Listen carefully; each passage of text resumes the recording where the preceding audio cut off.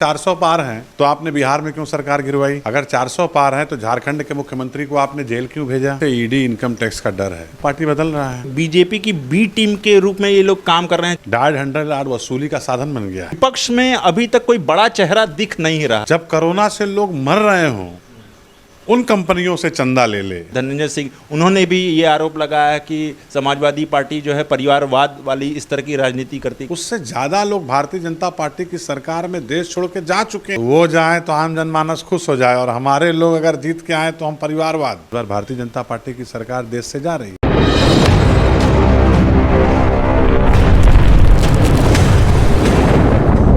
अभी हमारे साथ समाजवादी पार्टी के वरिष्ठ प्रवक्ता मनोज राय जी मौजूद हैं। हम इनसे बात करेंगे कि 2024 अखिलेश यादव जी का क्या समीकरण बैठता है। नेताजी बहुत बहुत स्वागत है हमारे चैनल में आपका। धन्यवाद। अब 2024 आ गया है, विपक्ष में गठबंधन भी लोग हैं। 2019 की हम बात करें तो अखिलेश यादव कांग्रेस पार्टी के साथ ही गठबंधन करके भी चुनाव लड़े थे। अब चूंकि प्रधानमंत्री का संसदीय क्षेत्र होने के नाते क्या टारगेट रहेगा? देखिए, भारतीय जनता पार्टी वो झूठ बोलने में माहिर है। वो लगातार लोगों के बीच ये जा कर के बताने का काम करते हैं। कुछ ऐसी मीडिया है या टेलीविज़न चैनल हैं जिनके माध्यम से कि हम बहुत काम करते हैं, लेकिन वास्तव में वो काम कुछ करते नहीं हैं। आप बता दीजिए, आप बनारस के हैं, क्या गंगा साफ़ हुई है? गंगा साफ़ नहीं हुई है। गंगा आज भी सीवर का पानी मलजल जा रहा है। गंगा में आज भी कूड़े लोग डाल रहे हैं, जबकि नगर निगम के महापौर भी भारतीय जनता पार्टी के हैं। उत्तर प्रदेश में सरकार भारतीय जनता पार्टी की है। देश के प्रधानमंत्री यहाँ से हैं जो भारतीय जनता पार्टी की सरकार है। कोई ऐसा काम उन्होंने इस तरीके का नहीं किया जो आदमी के कहने को हो जाए। कोई बड़ा उद्योग उत्तर प्रदेश यहाँ बनारस में नहीं लगा जिससे ये आप कह सकें कि हाँ रोज़गार के अवसर प्रदान करेंगे, लोगों की बेरोजगारी दूर होगी। तो ये लोगों को बहकाने का काम करते हैं और फिर ये लोगों से कहना शुरू कर दिए कि हम 400 पार हैं। अगर 400 पार हैं तो आपने बिहार में क्यों सरकार गिरवाई? अगर 400 पार हैं तो झारखंड के मुख्यमंत्री को आपने जेल क्यों भेजा? अगर 400 पार हैं तो आप दिल्ली के चीफ मिनिस्टर केजरीवाल के पीछे क्यों पड़े हुए हैं? अगर 400 पार हैं तो मध्य प्रदेश में आपने पूर्व मुख्यमंत्री को क्यों ज्वाइन कराया? अगर 400 पार ही आप हैं तो उत्तर प्रदेश के पूर्व मुख्यमंत्री और देश के लोकप्रिय नेता अखिलेश यादव जी को क्यों आप भेज रहे हैं नोटिस? तो ये केवल बहकाने का काम करते हैं और सफल हो जाते हैं, लेकिन इस बार सफल नहीं होंगे। क्या मानते हैं कि मतलब प्रधानमंत्री बस चुनावी दौरे में आते हैं, हाथ हिलाते हैं, कुटिल मुस्कान के साथ वोट पा लेते हैं? मतलब इसको क्या देखते हैं? मैं अपने 30 साल के सार्वजनिक जीवन में कभी ऐसा नहीं देखा कि मुख्यमंत्री जो है रात को दौरा करता हूँ। सड़कों के दौरे या कोई भी जगह के दौरे दिन में होते हैं जिससे लोग ये समझ सके कि हाँ क्या काम हो रहा है, लेकिन यहाँ तो रात को दौरे होते हैं। तो ये एक अलग तरह का समय चल रहा है जिसे भारतीय जनता पार्टी चला रही है। जनता समझ चुकी और इस बार बदलने के लिए तैयार है। बात करें 2024 की तो अब जो लोग गठबंधन में हैं अब पार्टियां बदलते जा रहे हैं। चूँकि आपके भी पार्टी के भी, चाहे स्वामी प्रसाद मौर्य जी की बात करें या तमाम और भी पार्टी के नेता की बात करें, तो वो लोग अब अपनी पार्टी बना रहे हैं या भारतीय जनता पार्टी ज्वाइन कर रहे हैं। तो ऐसे में कहाँ ठहराव देखेंगे? देखिए, जिसे ईडी इनकम टैक्स का डर है, पार्टी बदल रहा है। हमारे पास तो जनसेवा का पूंजी है और उसी से हम लोग हैं।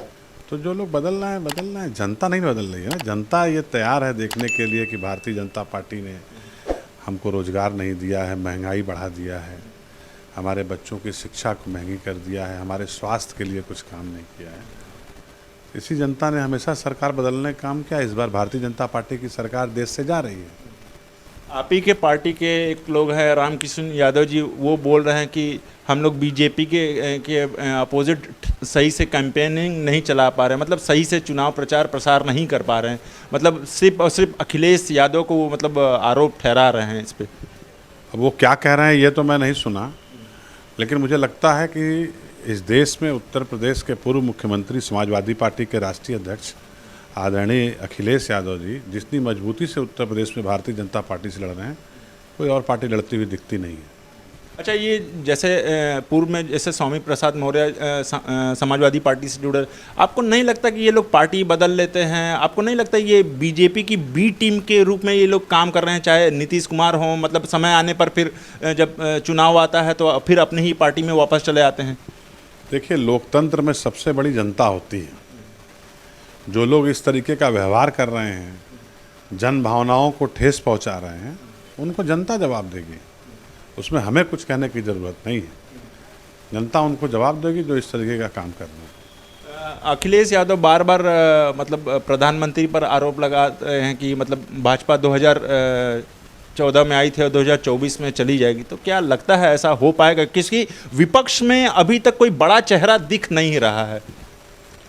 चेहरा नहीं होता है, जनता का मन होता है कि जनता किसको वोट दे रही है। इन्होंने कहा था कि हम नौकरियां देंगे, कहाँ दिया नौकरी? इन्होंने कहा कि काला धन वापस आएगा तो हम 15-15 लाख यूं ही सबके खाते में चले जाएंगे। अब आप देखिए कि जब लोग गरीबी और भुखमरी से, कोरोना से मर रहे थे, उस समय ये उन कंपनियों से चंदा ले रहे थे। अब इससे घृणित काम तो नहीं हो सकता। सार्वजनिक जीवन में रह के इस तरीके से करिए, इससे खराब काम नहीं हो सकता। हम समझते हैं जनता इसको देख रही है।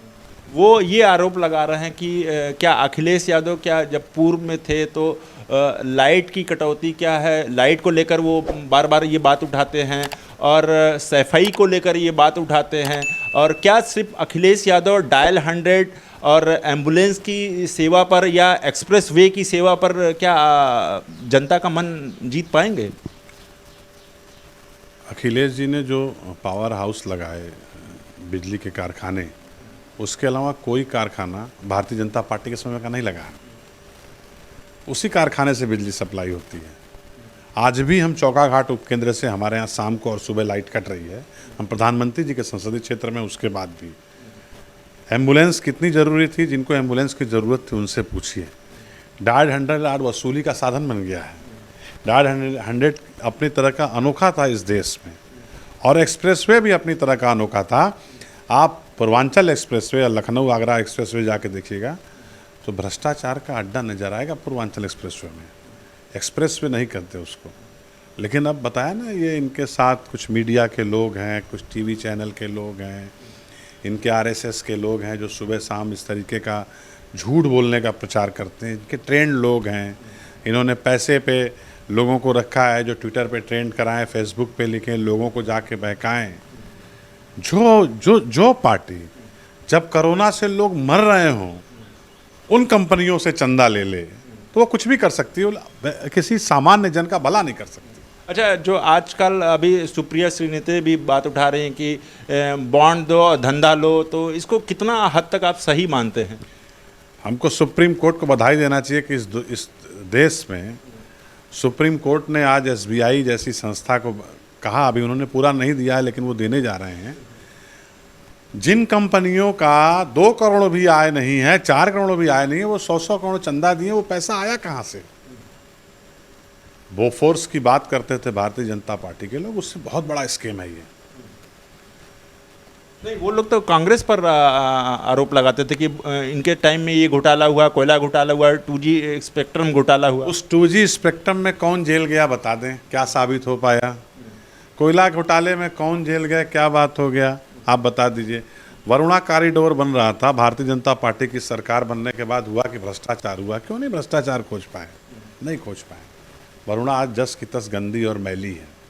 ये प्रधानमंत्री का क्षेत्र था, यहाँ तो काम करना चाहिए था, लेकिन नहीं किए, क्योंकि काम नहीं करना है इनको सिर्फ जो अपने लोग हैं, जो गुजरात के लोग हैं, उनको फ़ायदा पहुंचाना है, जो बड़े बड़े उद्योगपति हैं उनको फ़ायदा पहुंचाना है। आम जन से कोई मतलब नहीं है, आम जन को मूर्ख बनाना है। अभी हाल ही में सीए का मतलब लोकसभा में मतलब पारित हुआ है, तो इसको कैसे आप अपनी नज़र से देखते हैं? देखिए, ये भारतीय जनता पार्टी सिर्फ भटकाने का काम करती है। सीए से क्या हो जाएगा?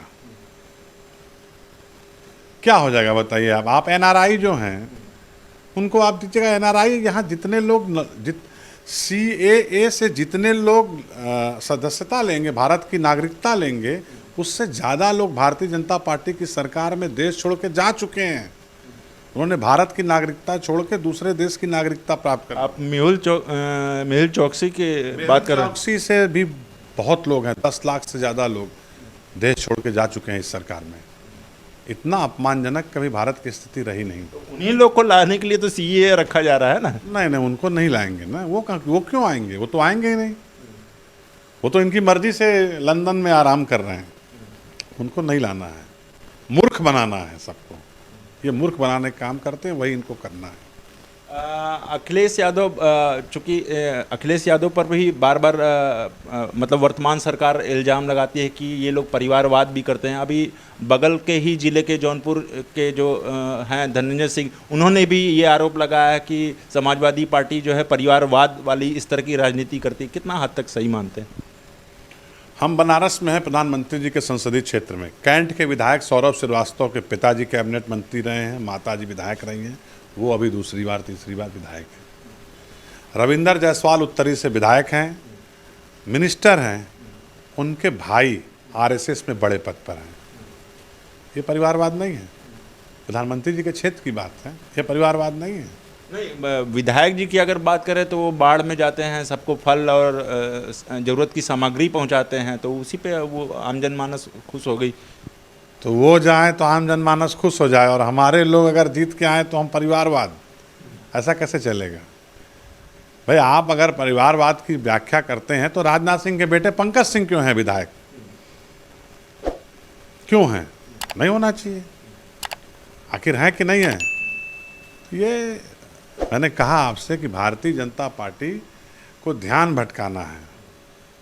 उस ध्यान भटकाने के लिए कुछ भी करते रहेंगे। अच्छा, आप बहुत वरिष्ठ प्रवक्ता हैं। आप 2014 से ही या उससे पहले से भी आप राजनीति में रहे हैं। मैं 92 से हूँ राजनीति में। 95 से मैं नगर निगम में वाराणसी से पार्षद रहा। तो इतने लंबे समय से रहे हैं। अब चूंकि कई लोकसभा चुनाव में मतलब क्या ये ऐसा रणनीति तब बनता है जब गठबंधन वाली जो स्थिति पे मैं बात कर रहा हूँ, मतलब 100 में से 1-2 बार ही ऐसी स्थिति बनती है। तो क्या मानते हैं कि अब चुनाव का रुझान किस तरफ जाएगा? अगर बात करें अगर हम आम जनता की देखते हुए कि मतलब आम जनता को कौन ठग रहा है? मतलब बीजेपी कहती है कांग्रेस वाले तुष्टीकरण की राजनीति करते हैं, समाजवादी पार्टी भी कहता है कि बीजेपी वाले हिंदू मुस्लिम को झगड़ा करके इस तरह की वोट पाने की करते हैं। क्या मानते हैं इसको? देखिए, हम विकास की बात करते हैं और विकास की ही राजनीति करते हैं। देश में अमन चैन कायम रहे, इसके लिए हम किसी भी कुर्बानी को देने के लिए तैयार हैं। भारतीय जनता पार्टी बहकाने का काम करती है। वो बड़ी बड़ी बातें करेंगे, उनके कुछ लोग हैं जो उस चीज़ को फैलाने का काम करेंगे। चंदौली से भारी उद्योग मंत्री महेंद्र नाथ पांडे जी हैं। कोई भारी उद्योग लगाए? कोई लगाए हो तो बता दीजिए। 10 साल से मिनिस्टर हैं, 10 साल से भारत सरकार में केंद्रीय मंत्री हैं। चंदौली में उन्होंने कौन सा उद्योग और रोजगार के लिए साधन लगाया? कुछ नहीं लगाया। प्रधानमंत्री जी ने नहीं लगाया। बातें करनी है बड़ी बड़ी। अच्छा, लोग सुन रहे हैं, एक समय आएगा जब लोग सुनना बंद कर देंगे। अब जब चुनाव आया है तो आपकी पार्टी की तरफ से जिम्मेदारी दी गई है वीरेंद्र सिंह विधायक जी को, तो क्या लगता है कि वो चंदौली की सीट से कुछ सीट पा पाएंगे? निश्चित रूप से। जिस तरीके से आक्रोश है चंदौली में नौजवानों, पिछड़ों को, गरीबों को कि हमारे लिए कुछ नहीं किया गया इस सरकार में।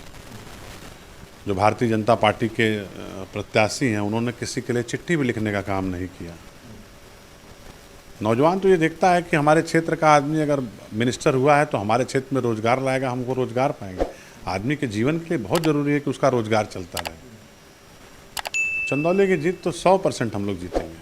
ऐसा तो नहीं फिर जीतने के बाद अखिलेश यादव राहुल गांधी की तरह इटली चले जाए?